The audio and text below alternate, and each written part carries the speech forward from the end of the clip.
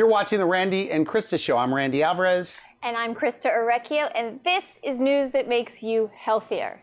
Before we dive into the topic, Randy, I want to wish you a happy 29th birthday. Yeah. I know you had a birthday yesterday, and you got a big trip coming up to Dubai. Yeah. Thanks for being here, because we've got an amazing show today. Good. Yeah, this guy, I've heard of him. Everybody's heard, especially in natural medicine, integrative medicine, functional medicine, Bastyr University. Yes. That's why I always say if you're looking for a doctor, find a doctor that has graduated from Bastyr. Right? Find a licensed naturopathic physician that's graduated from Bastyr. It's the most respected naturopathic institution in the U.S.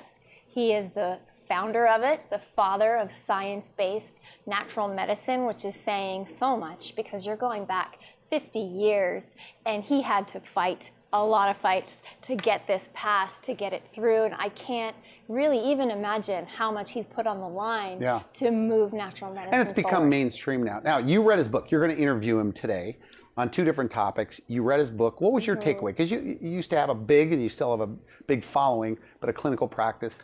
What was your takeaway from his book, and what do you want to talk to him about today? I do. I wish I read his book when I was in clinical practice, but we work with thousands of people in large groups online, and there's so much in there that I can take to help people really understand where they're getting these toxins from, how they can stop putting the toxins in their body, and the safest way to mobilize them. Because it's not what it used to be. Mobilize meaning the safest way to detox them, get them out of your body. The safest way to get rid of the toxins. And so what we're running into, and especially me working with large groups with microbiome rejuvenation and large cleanses, there are so many genetic mutations these days. There are so many people who have trouble detoxing that they go into what's called Herxheimer's response, where they can't cleanse because they feel so much worse, and it makes them sicker, right? It's like a 10-car pile up on the freeway. So what we need to do is we need to prepare the body and open up some lanes so we don't get that bottleneck. And Dr. Joe lays out the best plan I've ever seen on how to do that, how to prepare the body so you can cleanse in the toxin solution. And we talk about that in our show today. And what are some of the questions you're dying to ask him? Well, I'm dying to ask him. He talks in his book about arsenic, how we're all getting it and we don't know how and why and how to stop. So that's one of the questions I really want to ask him, as well as these heavy metals. How are we getting cadmium and mercury, and where is lead coming from? And there's so many questions. I'm glad this is part one of a two-part show, because then you got to get into the immune system and the endocrine system, and everyone is going to benefit from today's show. Okay, great. Let's go to the interview. Sounds good. We'll be right back. You're watching the Randy and Christa show. I'm Christa Orecchio, and this is news that makes you healthier. We are in for an insanely amazing treat today, because our guest is Dr. Joseph Pizzorno. He is the father of science-based natural medicine and the founder of Bastyr University. Our guest has trained generations of naturopathic doctors, and we are here to talk about his new book, The Toxin Solution. This applies to every single human. So listen up, because we have to learn where toxins come from and how we can eliminate them in order to be healthy in today's world. Dr. Joe, it's an honor to have you. Thank you for being here. Well, thanks for the invitation. I'm looking forward to chat with you today. Well, we've got a lot to talk about. Okay. This is just, it's an incredible book. So I spent the weekend reading it. I love your approach, especially as a clinician. It's so important, and I think we need to really enlighten people about toxins. Yes. So first of all, you say in your book that they really are the root of all chronic disease today. Tell me about that. So I've been involved in medicine now for about half a century. First as a conventional medicine researcher, then as a naturopathic student, then as a naturopathic doctor, then founding Bastyr University, and now writing 11 books and being the editor of a PubMed journal. Okay? And over that period of time, I've seen a big change in why people are sick. So it used to be people were sick because of what I would call active determinants of health. So by what they were choosing to do. Were they choosing to not exercise? Were they choosing to smoke cigarettes? Were they choosing to consume too much sugar? The active decisions. But now what's happened is, even when people are making apparently healthy decisions, they're getting sick anyway. So what happened? Right. And the example I use is diabetes. So when I was in naturopathic medical school half a century ago, it affected less than 1% of the population, Now it's 10 to 20 times more common, depending upon the research you're looking at. What happened? You might say, well, people consume more sugar. Well, people are not consuming more sugar in the last 50 years. Then you say, well, what else is going on? And what else is going on is we have a much, much heavier exposure to chemical toxins. And these chemical toxins bind to the insulin receptor sites in our cells that block the cells so they can't respond to insulin. So our poor pancreas has to overproduce insulin to get sugar into the cells so we stay alive. And you do that for 20 or 30 years, the pancreas burns out, and now you've got diabetes. So you're saying this is not even an active decision anymore. It's just passive as a way of living in the world. We're exposed to toxins, and even a healthy person who's exercising and eating well is getting diabetes. Yes. So you look at, for example, water. You think, well, water, the public water supply should be nice and clean. So it turns out that 10% of the water supplies, the public water supplies in the U.S., have arsenic levels that are high enough to be known to induce disease in humans. And one of those diseases is diabetes. Then how about all these foods of commerce, like and convenience, like canned soup? Well, canned soup has bisphenol A in it, and bisphenol A binds to the insulin receptor sites, so they stop working. Also known as BPA? It's also known as BPA. You'll see it on the can. It'll say BPA free, right? Right. So they're burning BPS and BPF. And guess what? When you look in the laboratory, they have exactly the same effects. So why would we think they're less toxic? The only difference is we haven't had as much human experimentation with them. And I'll guarantee you 10, 20 years from now, well, they'll be just as toxic because that's what the lab tests show you. Are you saying then it's not enough to have BPA free on the can because they can be using the other two toxins? Right. So what's the workaround to that? So as we go through this conversation, I want to be real clear. I'm not suggesting we go and live in caves. Right. Okay? I know you want it makes you want to go live under, hide under your bed and go live on a commune. Right. So I want modern civilization, and manufacturers can do it right. So for example, I know it's going to cost a little bit more, but if you put the food into glass rather than to plastic or rather than to cans that are lined with plastic, you don't get all the toxins. Okay. And there's just so many examples where just make a slightly different choice in how these products are being manufactured will have a huge impact on our health. And make sure that diabetes doesn't go on the rise. We were talking before, you said if we keep going, we're going to have a 35% diabetes rate? The current projections is that a person in the U.S. Has a 35% probability of having diabetes before they die. Okay. I've found as a clinician that it is 100% possible to reverse type 2 diabetes. So what is what the one salient client story that really sticks out, or patient story for you of reversing their diabetes by getting rid of the toxins that they're exposed to? So for my book, I actually wrote 35 case histories. And real people, I'm not, none of these pretend people. I know. And only about 15 end up in the book. And so I've looked at a wide range of patients. And let me go back to my very first diabetic patient. Now, I was in practice for 6 months before I saw my first diabetic patient to show how rare it is. And by the way, within 6 months, I was booked 3 months in advance. Okay, because I really believe in this medicine. I study hard. I was a really good doctor. Sure. So this fellow came in, and what's interesting, from my perspective, I thought I was a failure because I could not cure his diabetes. I couldn't get him off insulin. From his perspective, I was an incredible success because he was able to cut his insulin by 75%, by 3/4. So from his perspective, he was doing well. And I wanted to cure him. Okay, well, I didn't know quite enough then how to cure him. Now I know how I could have cured him. But it was just like, it's a learning process. I'm getting better and better all the time. But that first case really left an impression on me. And helped you go on to figure out how insulin receptors were getting blocked in ways you never could have imagined. Okay, so let's talk about what are the worst toxins that we're exposed to, and let us know where do they come from, because we can't stop ingesting them unless we know, outside of the obvious toxins. So the CDC has a list of what they consider the worst toxins, and they put as a top 3 lead, mercury, and arsenic. And then a few further down is cadmium. So they see the heavy metals as being the worst, although arsenic's not technically a heavy metal. So I took a little bit different approach. So I got a nice advance for my book. And I guess personally, financially, foolishly, I spent the whole advance on hiring researchers to help me answer the question, what % of each chronic disease is due to specific toxins?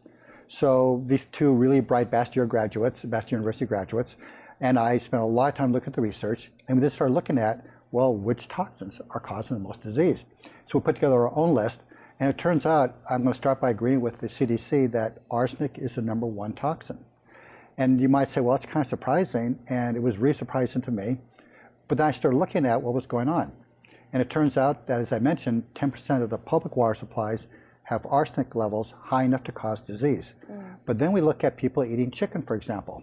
Well, most people don't realize that arsenic is intentionally added to the feed of chickens to both plump them up and also help kill parasites. Now, finally, the USDA said, wait, you got to stop doing that. They haven't made it a rule, but they're advising people to stop doing that. Okay, so hopefully that'll get better. The other major source that's going to surprise people is rice. So it turns out that when rice is grown in water that has arsenic in it, rice really efficiently absorbs that arsenic and it gets into rice and gets into our bodies. A lesser source is then fish. So some fish have some contamination with arsenic as well. So it turns out that if you look at the average person in the U.S., 25% of people in the U.S. have arsenic levels in their blood that are high enough to double the risk of a wide range of diseases based on good, solid research. What's your favorite test for arsenic? That one's actually pretty easy. So, but it's a little tricky. So if you want to know your current exposure to arsenic, you simply measure how much arsenic is in the urine. So that's how it's typically done, and that's, you might say, the gold standard. The problem with that is that we're actually pretty good at getting rid of arsenic. So the half-life in our body of arsenic is only about 2 days. So it takes about 2 days to get rid of half of arsenic. So if you're not being exposed to arsenic very often, then it's not going to be a problem for you. But the problem is people tend to be exposed to arsenic every day from the water, from the chicken, from the rice, and things like that. So a better way of looking at kind of your average arsenic exposure over a period of time is to look at toenail arsenic. Interesting. Yeah. So the advantage of toenail arsenic, it tells you the average, which is better, but it's a little more inconvenient than just taking a urine sample. You got to find a lab that you can send your toenail clippings to? Well, it turns out there are some labs that will do that. Okay. And I've actually tested the labs sending blinded samples in. So I take the same sample and I put a different name on each one and send it to the lab and make sure they give me the same results. That's what makes you a legend, you know, it really thank you. does, where you have to hack the lab tests and you're only as effective as the quality of the information. Yes. That's wonderful that you do that. Oh, I wish we could talk for hours. So is this temporary solution while the food supply is getting cleaned up? Make sure you're drinking purified water or mineral water, pasture-raised chicken, eco-farmed rice that you know where it came from, or? So I think those are all really, really good ideas. So as I said in my book, for the first 2 weeks, there's no point in going on a detox program if you're going to let the toxins keep coming in. And I make this case again and again and again, don't let the toxins in. Because some toxins like arsenic we're actually pretty good at getting rid of, a half-life of only 2 days. But how about, let's say DDT. You might say, well, wait, DDT was banned 45 years ago. Well, the half-life of DDT in the body is 2 to 10 years. So what's in your body is almost impossible to get rid of. PCBs. You know, you get a lot of those from farm fish, for example. So what's the half-life of PCBs? You want to guess? You asked me 15 years. Right on. Really? Between 3 and 25 years. So once they get in your body, they're almost impossible to get out. So you got to stop by avoiding it. Which is the first prong of your 4-pronged approach in the toxin solution. Know where the toxins are coming from. Stop introducing them. Stop introducing them, yes. Okay. I read some really great stories in here I want to ask you about as we go through. But now what's the second prong? Once we know where these toxins are coming from, we have to prepare the body. Yes. So when I was in school, I listened to my professors. And so way back, I remember just distinctly, way back in 1973, starting the 3rd year of naturopathic medical school, my instructor walked in and said, death begins in the bowel. I said, what do you mean death begins in the bowel? The bowel just has bacteria in it, it's outside the body, and it goes away. But so many of those old-timers were really astute in their observations. So even though science had not caught up with them yet, they knew that if you had the wrong kind of bacteria in your gut, they'd be producing toxins that would damage your physiology. So now we know there's a huge amount of research supporting that. So I say the first thing to do is you got to clean up your gut. You have to make sure you have good, healthy bacteria in your gut. You want to make sure all the bad bacteria are gone. You want to make sure that you've healed the gut lining so it acts as a highly controlled membrane, letting nutrients in, keeping toxins out, so you can't have leaky gut. So you have to kind of go through this whole process of cleaning up the gut and healing the gut, number one. Healing your inner skin. Yes. That's a great way of saying it, healing your inner skin. Yes. How do you clean up the gut? Okay, so... we got to read the book. That's a loaded question. Well, yes and no. I'll tell you the procedure. So, I've done this with thousands of patients, literally. And it's actually really simple. What we want to do is we want to kill the bad bacteria. But as I learned with my poor patients, they call it the practice of medicine for a good reason, because you have sometimes make mistakes and learn from patients. Of course. So I found when I gave them nice natural products, Golden Seal being my favorite, good old Golden Seal, Hydrastis canadensis, is very good at killing off bad bacteria and leaving the good bacteria alone. But when you kill off all those bad bacteria, they suddenly release all these toxins into your body, and it makes you feel really sick. So it took a few I want to, any of my old patients who are listening to me, I apologize right now. So I had to learn that when you kill off the bad bacteria, you got to put something in there to absorb the toxins. And one of the ones I preferred to use was charcoal, good old charcoal. It's really good at absorbing toxins. So now as you kill off the toxins with the Golden Seal, I then want to give them the things like the carbon to help absorb the toxins, high fiber help absorb the toxins. Then you have to reseed with the good healthy bacteria. That means the lactobacilli, the bifidobacteria, things of this nature, really seed with good healthy bacteria. So we want to heal the damaged gut. And there are a number of ways of doing this, but again, I'll look back one of these age-old therapies, and that is cabbage juice. Cabbage juice is high in something called glutamine, and it feeds the gut cells so they heal more quickly. Now, there's a bunch of other things you can do too, but that's kind of the core. But that's food is medicine. Some things never change. That's beautiful. Food is medicine. And so we heal the gut, and then we also, in your book, you talk about you must prepare the liver and you must prepare the kidneys for the toxic burden before you get to that intense detox, which is stage 4 in your book. Exactly. So next we have to help the liver get cleaned up. Now it turns out that one of the biggest sources of toxins for the liver is the gut. So by cleaning up the gut, now we've dramatically decreased the load on the liver. So now we want to help the liver function properly. And I focus on that in a couple of areas. Number one is make sure the nutrients necessary for the liver are available in the diet or in dietary supplements. And that turns out to be primarily the B vitamins and primarily iron. Those are most important. There's others that are important as well, but those are particularly important. Then I use herbal medicines that help flush the gut out. They're what are called cholagogues. Okay, there's a number of them, and one of the age-old ones is called dandelion root. Okay, it's a good way of cleaning out the gut, the liver.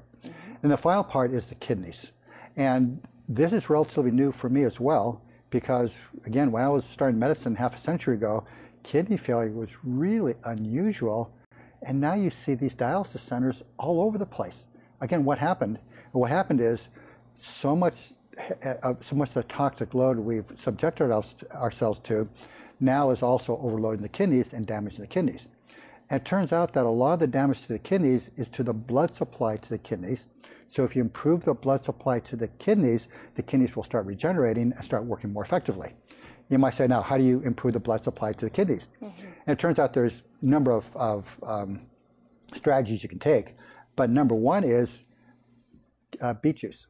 So good old beetroot juice, red beetroot juice is high in arginine and arginine precursors, and that actually helps dilate the blood vessels to the kidneys. And in addition, I strongly recommend blueberries and blueberry juice, things like this, because the blueberries are high in these what are called anthocyanidins that for some reason are particularly effective at decreasing inflammation in the blood vessels going to the kidneys.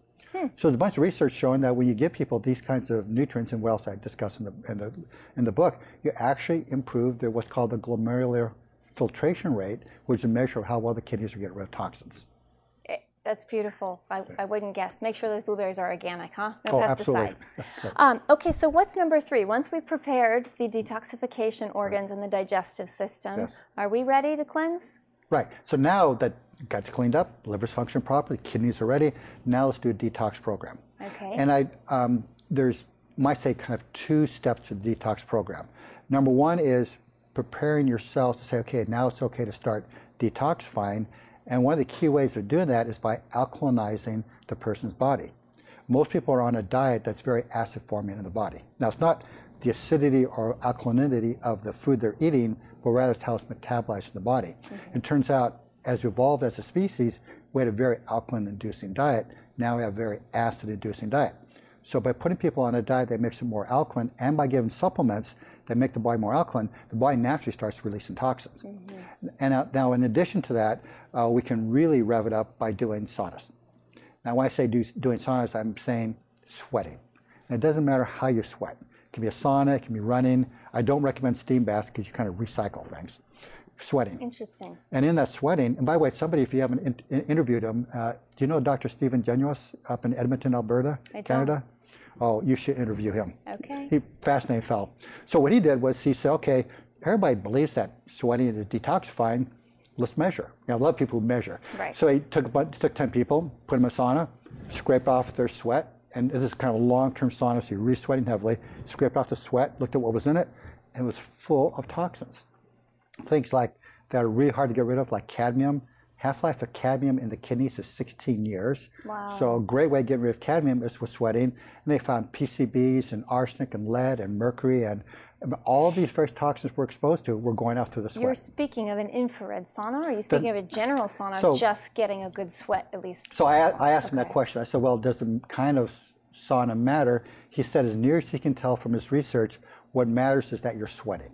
As long as you're sweating profusely, particularly that kind of oily sweat, that's when you get rid of the most of the toxins. So you're a fan of hot yoga?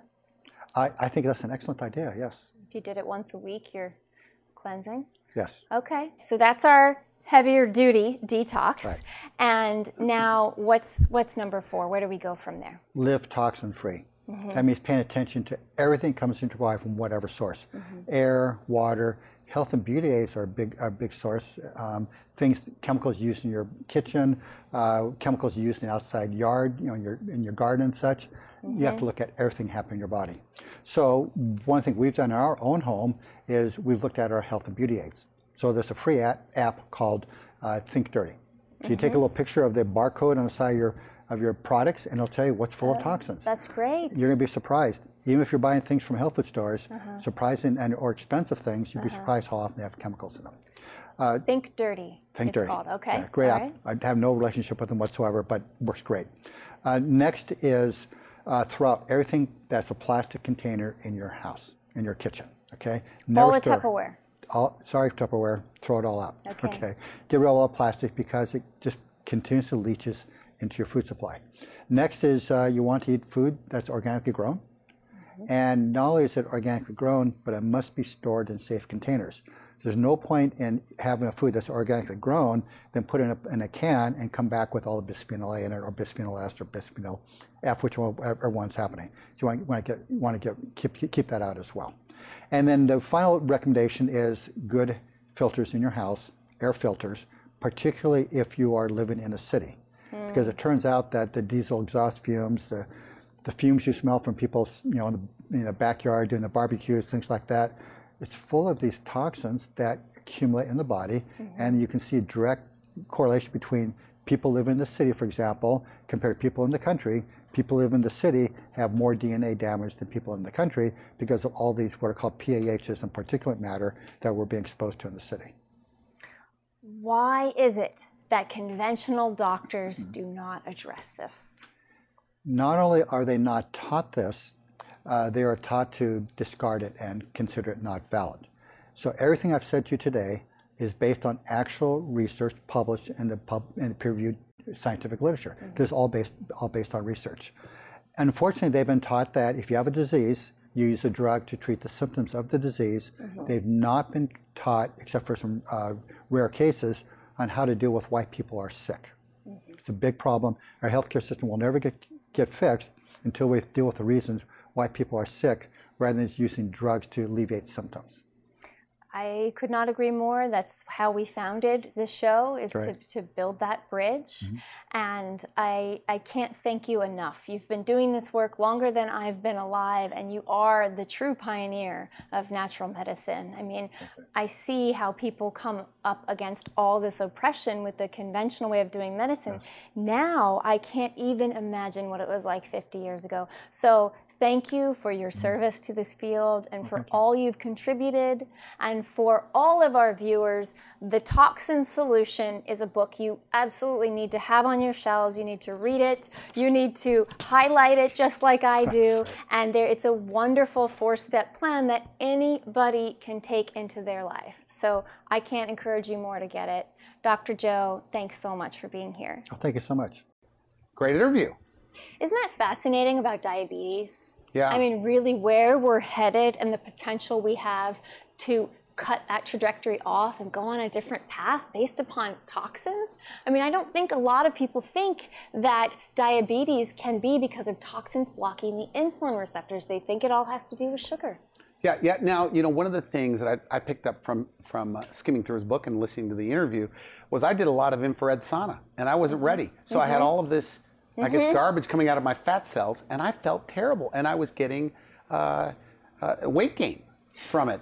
And I was being warned by my naturopathic physician buddies, you can't do it all at once. I'm doing like an hour and a half a day. You're not supposed to do remember that in your, but I felt sauna, good your initially, sauna. and but then I look back. And, well, you skipped a step, right? He's talking about step number 2 is to get the gut and the liver and the kidneys ready to be able to handle the infrared saunas. Because when you release those metals, you release those toxins, they need channels of elimination. Yeah, and that's what I think why I'm going to memorize his book. And when I start doing my infrared again or start sweating heavy again, whether it's hot yoga or whatever, I'm going to follow the recipe there. Do it. Okay, we can both make a commitment. So the book. Break a sweat. How do you get the book through you? Can they go to the whole journey? You're giving away some free books too, right? We are giving away some free books on our blog to people who are posting, but you can also get his book at thetoxinsolution.com. That's his website, and you'll get bonuses, and you'll get a ton of extra information. So however it works for you, and I'm sure it's widely available on Amazon and nationwide in bookstores. Okay, good. I want to, and another great interview of yours. Oh, this was an absolute pleasure. I've never said this before in 4 years of doing this show. Yeah. Dr. Joe was my favorite guest of all time. I love all of our guests, but what an honor to meet someone with such a background that has done so much and fought truly for the health of this nation in such a profound way. He really did pioneer this in a very organized way, so you could get a license. In this a license to practice natural medicine.